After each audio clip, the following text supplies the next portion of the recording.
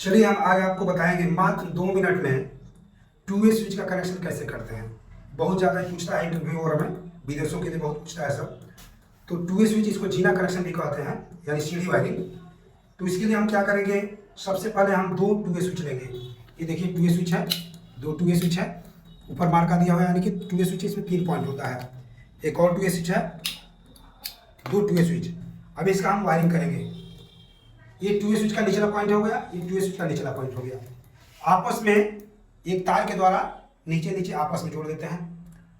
ठीक उसी प्रकार इसका ऊपरी पॉइंट, इसका ऊपरी पॉइंट एक तार के द्वारा आपस में जोड़ देते हैं। इसको हम फर्स्ट टू वे स्विच मानते हैं, इसको सेकंड मानेंगे।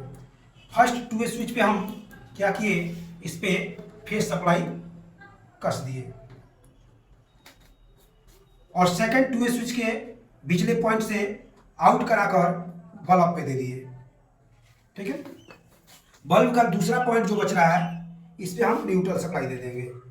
अब इसको हम प्रैक्टिकली जला कर दिखाते हैं। ये रहा हमारा न्यूट्रल, ये रहा फेस। चलिए हम बोर्ड में लगाते हैं इसको, स्विच को ऑन करेंगे, बल्ब जल रहा है।